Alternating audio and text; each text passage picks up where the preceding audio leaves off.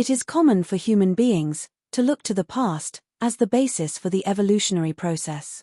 Adaptation is also seen as an evolutionary process of nature. No one manages to contest these statements, as science contributes elements, explanations, justifications, and experiments that support them.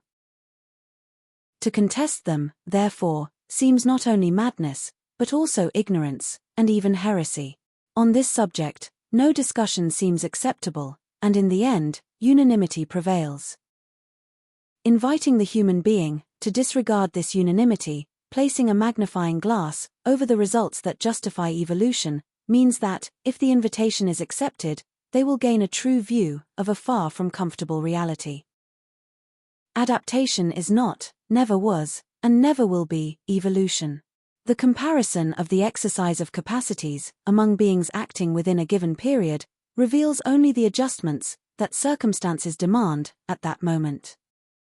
The elements and tools created to explain or facilitate adaptations are used to justify what has come to be accepted as evolution. What is not perceived is that the creative process is the same, regardless of time, space, or the being that carries it out. Automation may be seen as progress in accelerating adaptation, but never as evolution. Most surprising is that the concept of evolution, besides containing a basic definitional error, actually describes an involutionary process. Over the ages, the human being, instead of gaining autonomy in exercising the capacity to understand, has been losing this capacity, dulling it, and redefining its nature. It is extremely common to observe and divide generations, classifying them as more intelligent than previous ones, without realizing that this intelligence actually reflects only the capacity to adapt to new times and new offerings. It is safe to say that the new generations, who seem to come better prepared for modern times, are in fact becoming increasingly unable to fully exercise the abilities inherent to them.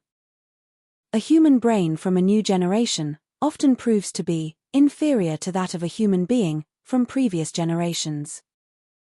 It may seem obvious, however, the stimulus that difficulties impose on the capacities for overcoming demands a more precise and constant exercise of a greater number of cognitive resources. Each generation that succeeds another already finds problems and questions resolved and explained, which reduces the need to exercise and expand the capacities of creative mental processes. Human energy ends up being directed toward primitive physical exercise and toward consumption and interaction with the offerings of various environments, reinforcing unquestionability. Instinctive processes, closer to the nature of the being, manifest with less intensity and frequency.